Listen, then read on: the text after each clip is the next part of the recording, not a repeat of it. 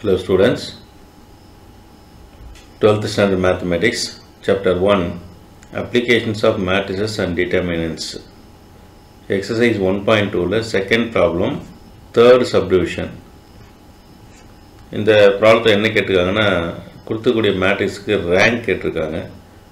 எந்த மெத்தட்னா by row reduction method. Row reduction method use பண்ணி இந்த மேட்ரிக்ஸ் நம்ம ரேங்க் கண்டுபிடிக்கணும். ஸோ அதுக்கு நம்ம ஒரு நேம் கொடுத்து ஏன்னு எடுத்துருக்குறோம்.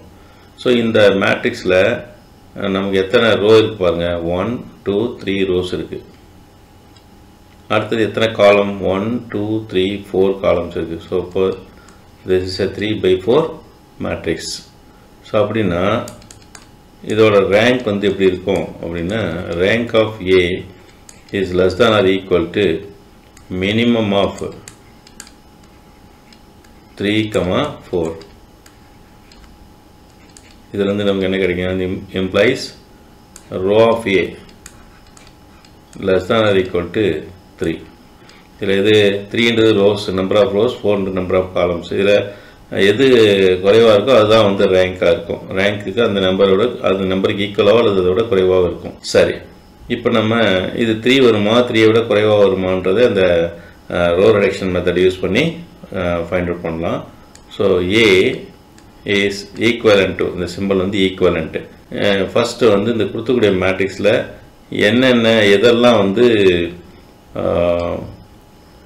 மெயின் டயக்னல் எலிமெண்ட்ஸ், அதாவது A11, ஏன்றது ஸ்மால் ஏன்னா என்ன அர்த்தம், நமக்கு வந்து ஸ்மால் ஏ அப்படின்னு சொல்லும்போது A11னா அந்த எலமெண்ட்டை குறிக்கும். ஸோ அப்படி பார்க்கும்போது 11னா first row first column meet பண்ணுற இடத்துல இருக்கக்கூடிய எலமெண்ட்டு. அதே மாதிரி A22, இது வந்து A22 எலமெண்ட்டு. அடுத்து A33 எலமெண்ட். அடுத்து A44 போட முடியாது, என்னங்க நமக்கு என்ன கிடையாது, 4th ரோ இல்லை, அதனால் இதோடு முடிஞ்சு போச்சு. இப்போ இந்த 3 எலமெண்ட்டும் நமக்கு என்ன செய்யணும்னா இப்படி ஜாயின் பண்ணோம்னா ஒரு லைனில் அமையும்.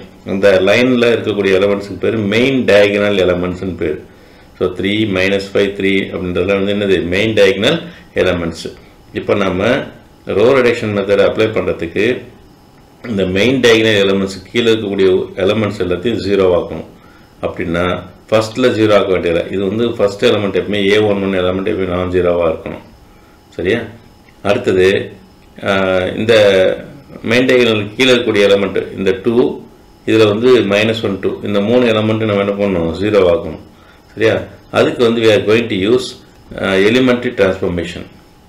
இந்த மாதிரி elementary transformation யூஸ் பண்ணி இந்த மெயின் டயகனல் எலமெண்ட்ஸுக்கு கீழே இருக்கக்கூடிய இந்த எலமெண்ட்ஸை 0 ஆக்கணும்னா நமக்கு ஒரு மேட்ரிக்ஸ் ஃபார்ம் கிடைக்கும். அந்த மேட்ரிக்ஸ் ஃபார்ம் வந்து எக்லான் ஃபார்ம் அல்லது எச்லான் ஃபார்ம்னு பேர். ஏதாவது ஒரு காலத்தில் 1 இருக்கான்னு பாருங்கள். இந்த காலத்தில் வந்து 1 இருக்கு இல்லையா, இந்த ஃபஸ்ட்டு காலத்தில். அப்போ அந்த ஃபஸ்ட்டு காலத்தில் இருக்கக்கூடிய 1 -1 இருக்கு பாருங்கள், அதை வந்து முதல்ல இங்கே கொண்டு வந்துடணும்.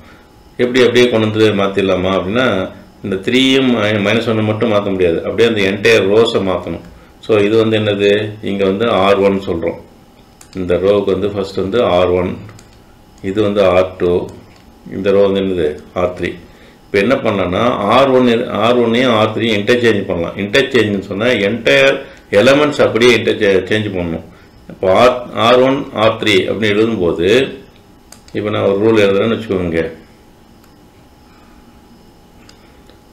R1 இந்த மாதிரி டபுள் ஏரோ போட்டிங்கன்னா அது இன்டர்சேஞ்ச் அர்த்தம். R3 அப்படின்னு எழுதுறேன். என்ன மீனிங் இதுக்கு, R1 இருக்கிற இடத்துல R3யும் R3 இருக்கிற இடத்துல R1 எழுதலாம். இப்போ ஃபர்ஸ்ட் நம்ம என்ன பண்ணோம்னா R3யை வந்து R1 கொண்டு வரலாம். அப்போ இது என்ன இருக்கும், -1, 2, 3, -2. ஸோ இப்போ என்ன பண்ணிட்டோம், R3யை R1ல் கொண்டு வந்து எழுதியாச்சு. சரி, R2ல் எந்த சேஞ்சும் இல்லை, அதை அப்படியே எழுதிக்கலாம். 2, -5, 1, 4 அதை எழுதிக்கலாம். இப்போ அந்த R1ல் இருக்கிற இந்த டைம்லாம் எங்கே வரணும், R3க்கு வரணும். இப்போ 3, -8, 5, 2. ஸோ இது வந்து first transformation. R1 R3 interchange பண்ணி எழுதியிருக்கோம். சரி, அடுத்தது திஸ் இஸ் ஈக்குவலன்ட் டு. இந்த மாதிரி எப்போ நம்ம வந்து எலிமெண்ட்ரி ட்ரான்ஸ்ஃபார்மேஷன் யூஸ் பண்ண ஆரம்பிக்கிறோமோ அப்போ வந்து இந்த மேட்ரிக்ஸ் ஈக்குவலன்ட் சைன் போடக்கூடாது, இது ஈக்குவல் டு சைன் போடக்கூடாது, இந்த மாதிரி ஈக்குவலன்ட் சைன் தான் போடணும். சரி, நெக்ஸ்ட்டு இப்போ ஃபஸ்ட்டு ரோவில் எந்த சேஞ்சும் கிடையாது. -1, 2, 3, -2. ஏன்னா நம்ம எதாவது ஃபஸ்ட் ரவுண்ட் இருக்கிற எலிமெண்ட் எதையும் நம்ம என்ன பண்ணுறதில்ல, 0 ஆக்கிறதில்ல. ஆனால் அந்த ஃபஸ்ட் ரோ கீழே இருக்கக்கூடிய எலமெண்ட்ஸை 0 ஆக்கணும். அதில் முதல்ல வந்து அந்த ஃபஸ்ட்டு ரோவில் first column first A11 element இருக்குல்ல, அது கீழே இருக்கக்கூடிய முதல் காலத்தை வந்து 0 பண்ணலாம். அந்த காலமில் இருக்கக்கூடிய ஒவ்வொரு நம்பராக 0 பண்ணலாம். அதுக்கு அடுத்த காலத்துக்கு போகலாம். ஸோ இப்போ இங்கே வந்து 2 இருக்குது. இந்த 2 வந்து 0 ஆகணும் எனக்கு. அப்படின்னா என்ன செய்யலாம்? இந்த 2வை 0 ஆகிறதுக்கு நான் வந்து R2வையும் R1ஐயும் யூஸ் பண்ணுறேன். R2வில் ஃபஸ்ட்டு எலமெண்ட் வந்து 2 இருக்குது. R1ல் ஃபஸ்ட் எலமெண்ட் -2 இருக்குது. அப்போன்னா இந்த ரெண்டு எலமெண்ட்டும் ஈக்குவலாக இருக்கணும். ஈக்குவலாக இருக்கும்போது சைன் ஒரே சைன் இருந்தால் செப்பரேட் பண்ணால் 0 ஆகும். ஆப்போசிட் சைன் இருந்தால் ஆட் பண்ணால் 0 ஆகும். இப்போ இங்கே -1 வந்து 2 ஆகணும்னு சொன்னால் இந்த ரோ ஃபுல்லாக என்ன செய்யணும்? 2ஆல் மல்டிப்ளை பண்ணணும். அப்படி என்ன ரூல் இங்கே எழுதுகிறேன் பாருங்கள். இது வந்து எந்த ரூல், நம்ம எந்த ரோவை மாத்திரமோ அந்த ரோவுக்கு நேராக எழுதணும். இப்போ R2 தான் மாத்திரம். R2 can be written as R2 plus 2R1. ஏன் நான் ப்ளஸ் போடுறேன்? R1 2ஆல் மல்டிப்ளை பண்ணால் -2 வந்துடும். -2வையும் +2வையும் ஆட் பண்ணால் தான் 0 வரும். அதனால தான் இங்கே ப்ளஸ் போட்டுக்கிறோம். இப்போ இங்கே R2 ஆரம்பிக்கும் போது R2 தான் ஃபஸ்ட் எழுதணும். எந்த ரோ எழுதணுமோ அந்த ரோவுக்கு கூட தான் அடுத்த அந்த மல்டிப்ளை பண்ணி எழுதுறதோ அல்லது இன்டர்சேஞ்ச் பண்ணி எழுதுறதோ சப்ட்ராக்ட் பண்ணி எழுதுறதோ வரணும் இங்கே. ஸோ அதனால் பார்த்துக்கோ. R2 can be written as R2 + 2R1. இந்த R2 இருக்கிற எல்லா எலமெண்ட்டையும் எடுத்துகிட்டு R2வில் இருக்கக்கூடிய எலமெண்ட் கூட இந்த 2R1 எலமெண்ட்டை ஆட் பண்ணி எழுதணும் அப்படின்னு அர்த்தம். சரி, இதுக்கு வந்து ரூல் தெரிஞ்சால் பாருங்கள். நான் டேரெக்டாக போடணும்னா இங்கே கூட நாங்கள் தனியாக என்ன பண்ணிக்கலாம்? போட்டு எழுதிக்கலாம். இப்போ பாருங்கள் R2 என்ன? R2 என்ன? R2வில் இருக்கக்கூடிய எலமெண்ட் அப்படியே எழுதிக்கோங்க. 2 -5 1 4. சரி, 2R1 R1ல் இருக்கிறதெல்லாம் 2ஆல் மல்டிப்ளை பண்ணணும். இப்போ -2 4 6 -4. ஸோ இப்போ இது ரெண்டையும் ஆட் பண்ணுறீங்க. ஆட் பண்ணும்போது 2 - 2 ஆட் பண்ணால் 0 ஆகிடும். -5 + 4 எது பெரிய நம்பர்னு பாருங்கள். -5 தான் பெருசு. அப்போ 5 வந்து 4ஐ செப்பரேட் பண்ணால் 1. சைன் வந்து பெரிய நம்பரோட சைன். 1 + 6 ரெண்டுமே சேம் சைன். அப்போ ரெண்டு ஆட் பண்ணால் 7. 4 - 4 ரெண்டு ஆட் பண்ணால் 0. ஸோ இப்போ என்ன? இப்போ இந்த எலமெண்ட்ஸை எடுத்து R2வில் இருக்கிற எலமெண்ட்ஸுக்கு பதிலாக எழுதணும். சரி, அதுக்கப்புறம் இப்போ மறுபடியும் R3க்கு ஒரு ரூல் எழுதணும். ஏன்னா இந்த R3யில் இருக்கக்கூடிய இந்த ஃபஸ்ட் எலமெண்ட் இந்த 3லேயே அது 0 ஆக்கணும்.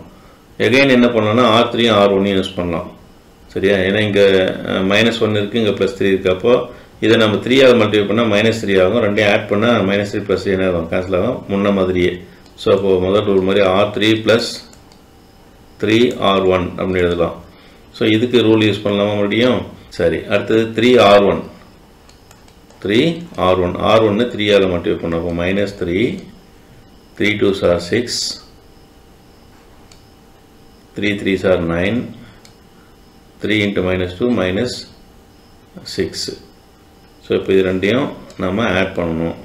ஸோ ஆட் பண்ணும்போது என்ன ப்ளஸ் தானே இருக்குது? இதுக்கு ரெண்டு நடுவில் என்ன இருக்குது? ப்ளஸ் சைன் இருக்கிறனால அப்படி டேரெக்டாக ஆட் பண்ணால் 3 - 3 என்ன ஆகும்? 0. இது -8 + 6.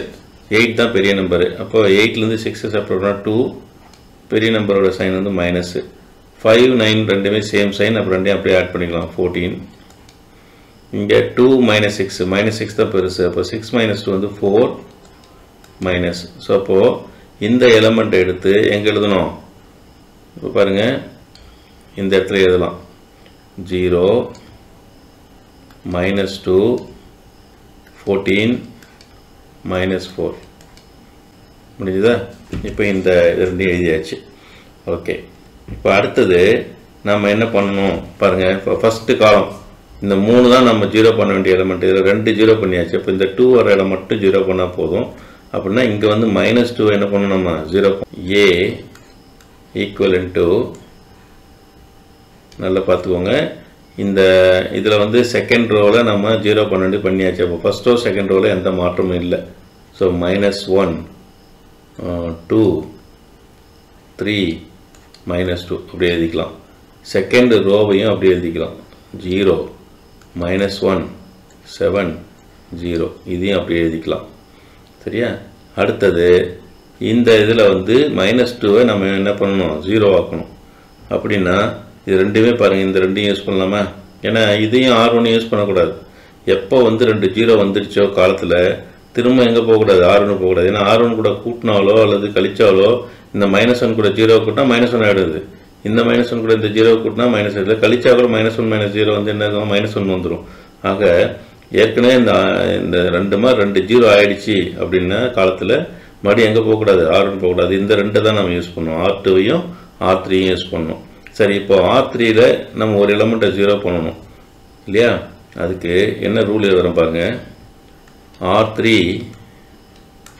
can be written as, இப்போ இது வந்து R3லேருந்து என்ன பண்ணோம், R2வை நம்ம என்ன பண்ணால் 0 ஆக்கும் பாருங்க. இப்போ R2 வந்து 2ஆல் மல்டிப்ளை பண்ணால் இங்கே -2 வருமா? இதுவும் -2 இதுவும் -2 ஈக்குவலாக இருக்குது. ஈக்குவலாக இருக்கும்போது செப்பரேட் பண்ணால் என்ன ஆகிடும், 0 ஆகிடும். அதனால் R3 -2R2 அப்படின்னு எழுதுறேன். R2வை 2ஆல் மல்டிப்ளை பண்ணேன், இது இங்கே இருக்கிறதெல்லாம். அப்போ 2ஆல் மல்டிப்ளை பண்ணால் 0, 2 × -1 -2, 2 × 7 +14, 2 × 0 0. இப்போ இந்த ரெண்டுக்கு நடுவில் மைனஸ் இருக்குது. அப்போ மைனஸ் இருந்தாக்க நாம் என்ன பண்ணோம், இந்த சைன் எல்லாம் சேஞ்ச் பண்ணணும். இது ப்ளஸ் ஆகும், இது மைனஸ் ஆகும், இது வந்து 0க்கு சைன் கிடையாது. சரி, 0 ப்ளஸ் இப்போ சைன் சேஞ்ச் பண்ண ரெண்டையும் ஆட் பண்ணணும். அப்படி பார்க்கும்போது என்ன வருங்க, 0 + 0 0, -2 + 2 கூட்டினா 0, +14 -14 கூட்டினா 0. இங்கே என்ன இருக்கும், -4 வரும் ஆட் பண்ணுறதுனால. நல்லா பார்த்துக்கோங்க. இப்போ இந்த எலமெண்ட்டை எங்கே எழுதணும், இந்த இடத்துல எழுதணும். 0 0 0 -4. சரியா? இப்போ நமக்கு இங்கே தான் நம்ம 0 ஆக்கணும்னு நினச்சோம். ஆனால் அடிஷ்னலாக இது ஒரு 0 ஆயிடுச்சு. அதை பற்றி நமக்கு கவலை கிடையாது. ஏன்னா நமக்கு வந்து இங்கே இந்த ஃபார்ம் இருக்கு இல்லையா, இந்த செகண்ட் ரோவில் இந்த ஃபர்ஸ்ட் இடத்துல வரக்கூடிய நம்பர் ஆஃப் ஜீரோஸை விட கீழே வர ஜீரோஸ், இந்த 2 0, இங்கே ஒரு 0 வந்திருக்கு, இங்கே என்ன வந்திருக்கு 2 0. இந்த 3வது 0 கவுண்ட் பண்ண வேண்டிய அவசியம் இல்லை. அப்படியே எடுத்துட்டாலும் சரி, இது ஒரு 0 வந்திருக்கு, இங்கே 3 0 வந்திருக்குது. அப்போது செகண்ட் ரோவில் இருக்கக்கூடிய 0வோட நம்பர் இந்த 0 சேர்க்கக்கூடாது. ஏன்னா மெயின் டயகனலுக்கு கீழே இருக்கிறது தான் நம்ம பார்க்கணும். மெயின் டயகனலுக்கு கீழே இருக்கிற 0வை பார்க்கும்போது பார்த்தீங்கன்னா இது ஒரு ட்ரையாங்கிள் மாதிரி ஃபார்ம் ஆகும் பாருங்கள். இந்த 3ஐயும் ஆட் பண்ணால் ஒரு ட்ரையாங்கிள் ஃபார்ம் ஆகுதா? இந்த மாதிரி ஃபார்ம் ஆச்சுனாவே அது என்ன ஃபார்ம்னு அர்த்தம், எக்லான் ஃபார்ம்னு அர்த்தம். ஸோ அப்போ இட் ஹேஸ் 3 non-zero rows.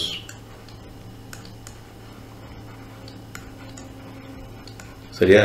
அப்போ நம்பர் ஆஃப் non-zero rows 3ன்றதுனால இந்த கொடுத்துக்கூடிய மேட்ரிக்ஸுக்கு ரேங்க் என்ன, ரோ ஆஃப் A = 3. அவ்வளோதான்.